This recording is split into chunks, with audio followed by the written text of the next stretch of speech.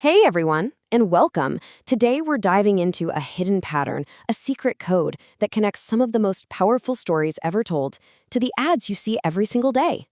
I know, it sounds like the beginning of a really weird joke, right?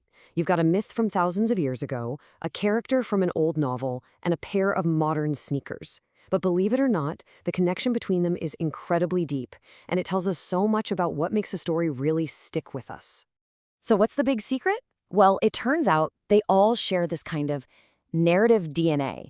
It's a basic structure, a fundamental blueprint that makes certain stories feel so powerful and so, right. And it's been used for centuries, whether we've realized it or not. All right, so let's get into it. What exactly is this storytelling blueprint? This isn't just about good guys and bad guys. It's a very specific, almost predictable, and incredibly powerful sequence of events. Okay, so there's a name for this, and it comes from a brilliant scholar named Joseph Campbell. He called it the monomyth.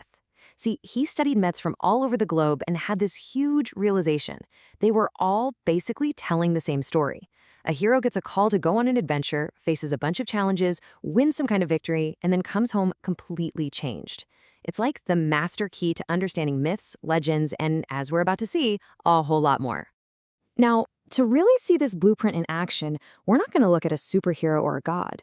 Nope, we're going to look at a very ordinary young man named Gendron from Arcane Orion's classic novel, The Bachelor of Arts. His story is the perfect example of just how universal this pattern really is. See, Chandran isn't out there fighting actual dragons. His battles are all happening inside. His call to adventure is really just a crisis of purpose after his life falls apart. His supreme ordeal isn't some physical fight. It's a deep psychological breakdown where he just walks away from everything to face his own despair. And what's his reward? It's not a chest of gold, it's wisdom. He comes back home not as a king, but as a grown-up, ready to take on the world in a real, meaningful way. And this line from the book, wow, my heart is dead, Raghavan. It just hits you, right? It perfectly captures that moment of ordeal. Joseph Campbell said that for the hero to be reborn, they first have to go through a kind of metaphorical death. For Chandran, this is it. It's the absolute bottom, the moment he lets go of his old self so he can build a new, stronger one. Okay, so we've seen it in a classic novel.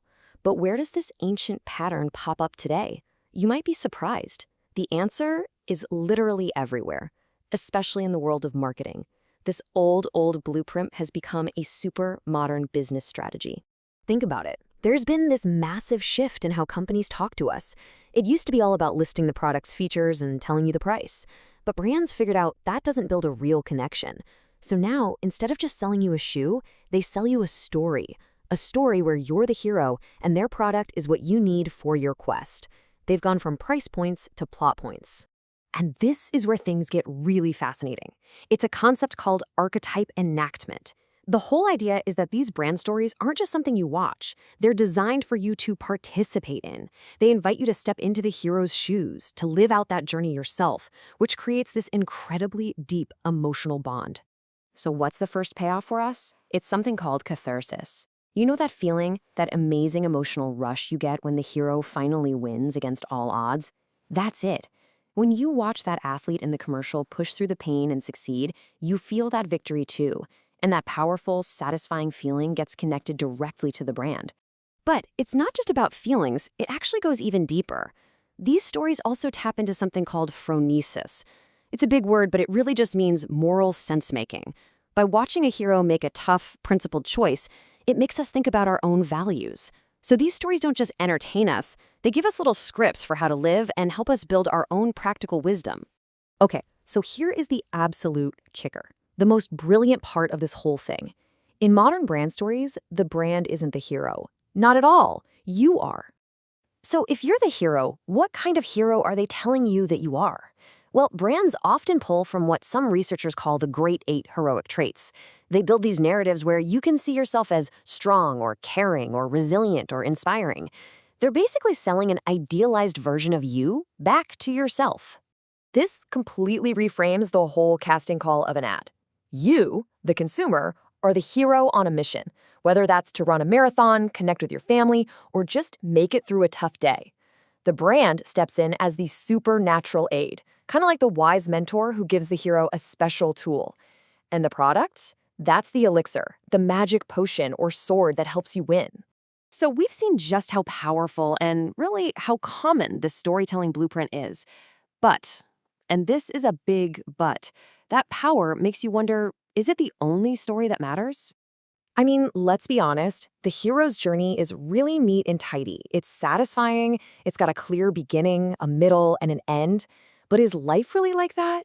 Our own stories are often so much messier, so much more complicated. And this is where other big ideas from fields like post-structuralism come into play. They really challenge this idea of a single master narrative. They basically say, hey, hold on a second. If we try to squeeze all of human experience into this one template, aren't we ignoring all kinds of other important stories, other journeys, and other ways of looking at the world? Which leaves us with this final question to chew on.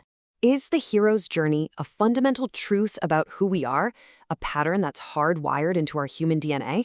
Or is it simply the most popular, most dominant, and maybe most commercially successful story that we've just decided to tell ourselves over and over again? It's definitely something to think about the next time you see a hero's quest playing out, whether it's in a movie or in a commercial.